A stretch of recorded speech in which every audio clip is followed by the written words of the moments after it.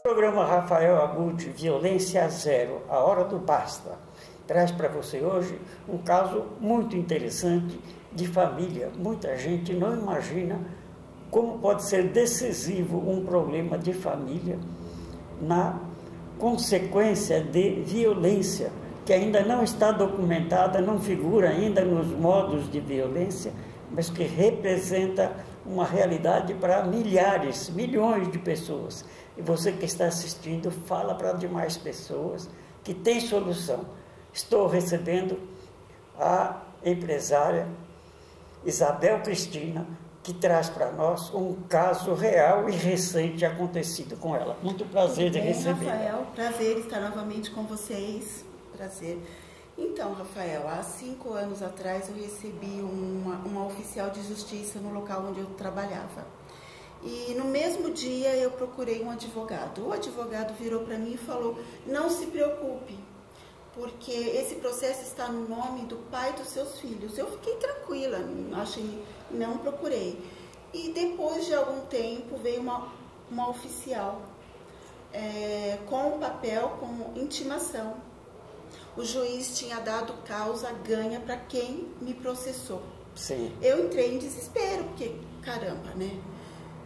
A casa caiu. A casa caiu. E foi uma coisa que não foi uma briga entre o pai dos meus filhos e um pastor.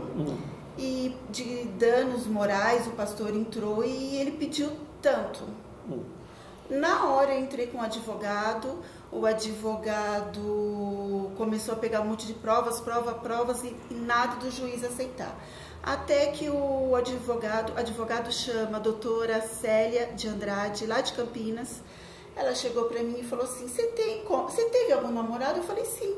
Procurei o meu namorado, ele teve que escrever de próprio punho que a gente começou em tal ano e terminamos em tal ano, foi no cartório, aí que o juiz aceitou. E o meu nome saiu deste processo. Só que o que eu acho injusto é que os meus filhos ainda continuam nesse processo. Por uma coisa que a gente não sabe o que aconteceu, o que houve, porque a briga não foi entre eu e os nossos filhos, foi entre ele, que já morreu há 5 anos, e o pastor. Quando eu falo pastor, é o seguinte: o que o pastor faz num altar? Ele o perdão, e que é o bom, é o que a gente aprende quando a gente vai numa igreja, e esse pastor não fez isso, por isso que eu estou sempre dizendo o pastor. E eu gostaria realmente que tocasse no coração dele, que o nome dos meus filhos saísse deste processo. É muito injusto, essa lei é muito injusto. Eu imagino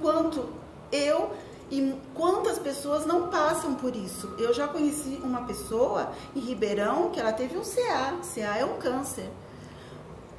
Pelo mesmo histórico meu, que nós não fizemos nada e fomos intimados, processados, e isso é mais um desabafo.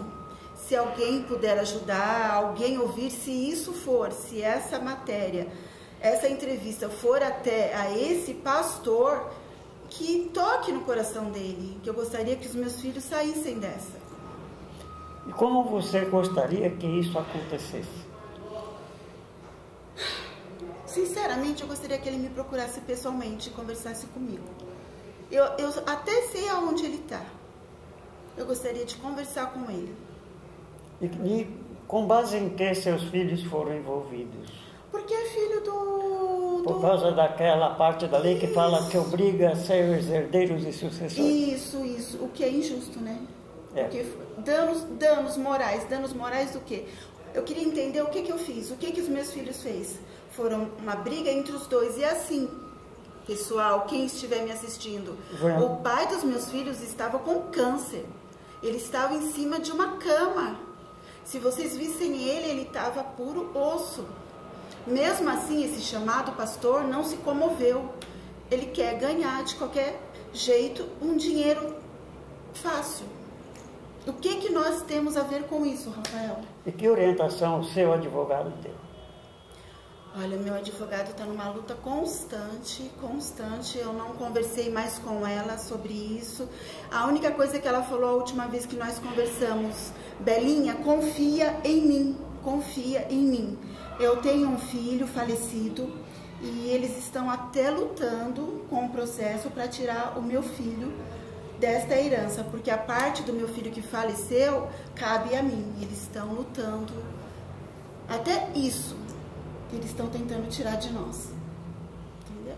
E isso é uma violência. Violência muito grande, muito grande. Eu não dormia na época, hoje eu consigo falar melhor, mas antigamente eu só chorava.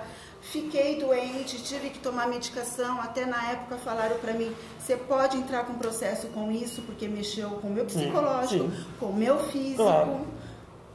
Sem dúvida. Hoje eu consigo falar melhor, mas antigamente eu não conseguia falar. Porque cai de repente no seu colo, você fica meio que sem ação, você fica meio perdidaça lá no processo. Sim, não é? Com certeza. Como você tinha que dar um passo decisivo na solução, você foi procurar seus direitos e começou a encontrar guarida, começou a encontrar um retrocesso nesse processo. Fora o bolso, né, que foi uma época onde não dava para mim mexer com dinheiro. E eu fui obrigada a mexer no bolso, pagar um advogado para resolver essa questão, para tirar o meu nome. Só que, infelizmente, o dos meus filhos continuam. E você, de repente, não fica pensando: o que mais vai acontecer que eu não estou sabendo?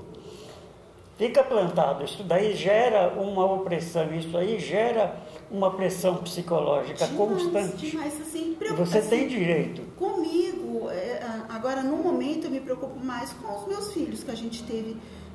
Na verdade foram 4, os 2 vivos. É uma grande ameaça. É uma grande ameaça. Eu não quero... Um dia eu vou embora, quando eu digo eu vou embora, eu não vou ficar nessa terra. Então eu quero que os meus filhos fiquem em paz. Sim. Paz. Sim. Pastor, não é isso que vocês falam? Sim. No altar, paz, que vocês falam o perdão? Cadê o seu perdão? E o que você gostaria que acontecesse, além da mudança de comportamento desse autor dessa ação? Eu gostaria que essa lei mudasse no Brasil. Eu gostaria que essa lei mudasse no Brasil. Quem sabe? Está aí, ó, você está ouvindo quantas pessoas estão com um problema semelhante e ficam sem ação. Esses que estão tendo prosperidade na ação, numa coisa absurda, é porque foram atrás e de repente constituiu ali um conjunto de provas, ó, que veio e de repente o que aconteceu? Sufocou e pressionou uma viúva que ficou sem ação e está aí querendo sair dessa, porque não estava nem sabendo. Não é? Que essa experiência que aconteceu comigo, que não aconteça com ninguém, que essa lei mude, que pode ser mudada. É só alguém lá em cima, um deputado, um vereador, alguém que queira realmente, entre com essa lei, porque é muito injusta vocês pagarem por algo que vocês não fizeram. Uma briga de uma pessoa que já morreu, gente. A pessoa morreu com câncer. E não havia nenhum contrato que estabelecia que obrigava sucessores e herdeiros. Sim, não tinha, você não assinou nada. Não, e se vocês me perguntarem, vocês conhecem esse pastor? Vocês conhecem esse pessoal? Não. Eu não sei se o pastor é negro, é branco, é japonês, a gente não sabe quem é esse pastor. Sim. E é uma violência. Muito, muito grande. Hoje eu repito, hoje que eu consigo conversar sobre isso. E a violência encontra a guarida e procede em termos de prosperidade, tudo é válido, porque quem está trabalhando na normalidade não percebe e não dá queixa.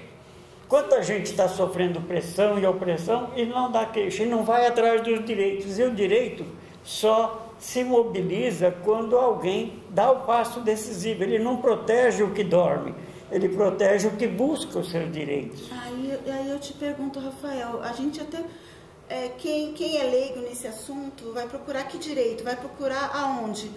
Um advogado é caro, você não entende de lei. É difícil, é difícil. Não, fica sem ação, fica completamente sem ação. Né, além do que...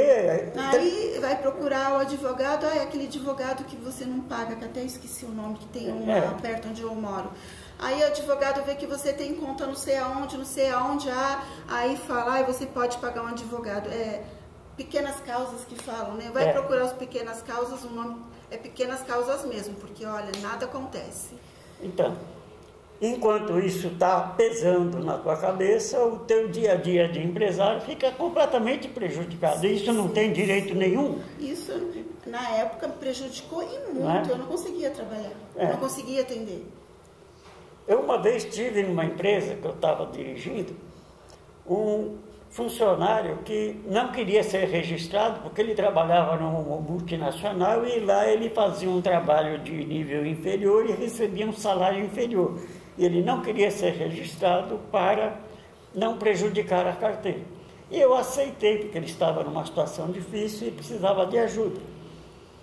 3 meses depois, ele sumiu e apareceu um oficial de justiça com a intimação para prestar depoimento na Justiça do Trabalho. Eu, com a minha tranquilidade, fui na audiência e fiquei calado. O juiz começou e fez uma indagação para ele e depois para a advogada dele. A indagação perguntou para ele: o senhor fazia o quê naquela empresa? Eu era gerente administrativo. O senhor assinava a carteira profissional dos funcionários que eles tinham? Sim, assinava. E por que o senhor não assinou a sua carteira? Bateu o martelo e falou: perdeu a causa. A senhora é doutora advogada? É advogada mesmo? Esse livro que está debaixo do seu braço aqui na audiência, o Código de Processo Civil, a senhora conhece ele? Deu ganho de causa para nós, sem que eu abrisse a boca para falar uma palavra, porque a ação era completamente improcedente. Depois nós descobrimos que ele vivia paralelamente uma vida fazendo isso, não é? E aí a gente é pego de surpresa, você entra para ajudar e violência vem contra a gente que estendeu a mão, não é? Eu volto a repetir, enquanto não mudar algumas leis no nosso Brasil... Vamos trabalhar para isso. O Instituto Violência Zero... Se depender de mim...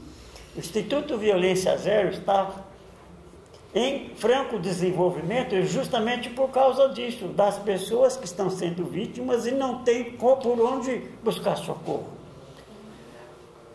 Para finalizar, você acha que quando alguém clona o seu cartão com aquela maquininha, passa perto de você e chupa os seus dados e passa o dinheiro? Violência. Isso é violência? Muito. Então, a partir de hoje não vai ser mais, porque nós acabamos de lançar o Instituto Violência, uma carteirinha que você coloca o cartão dentro e aqui dentro não passa nada, nem na maquininha.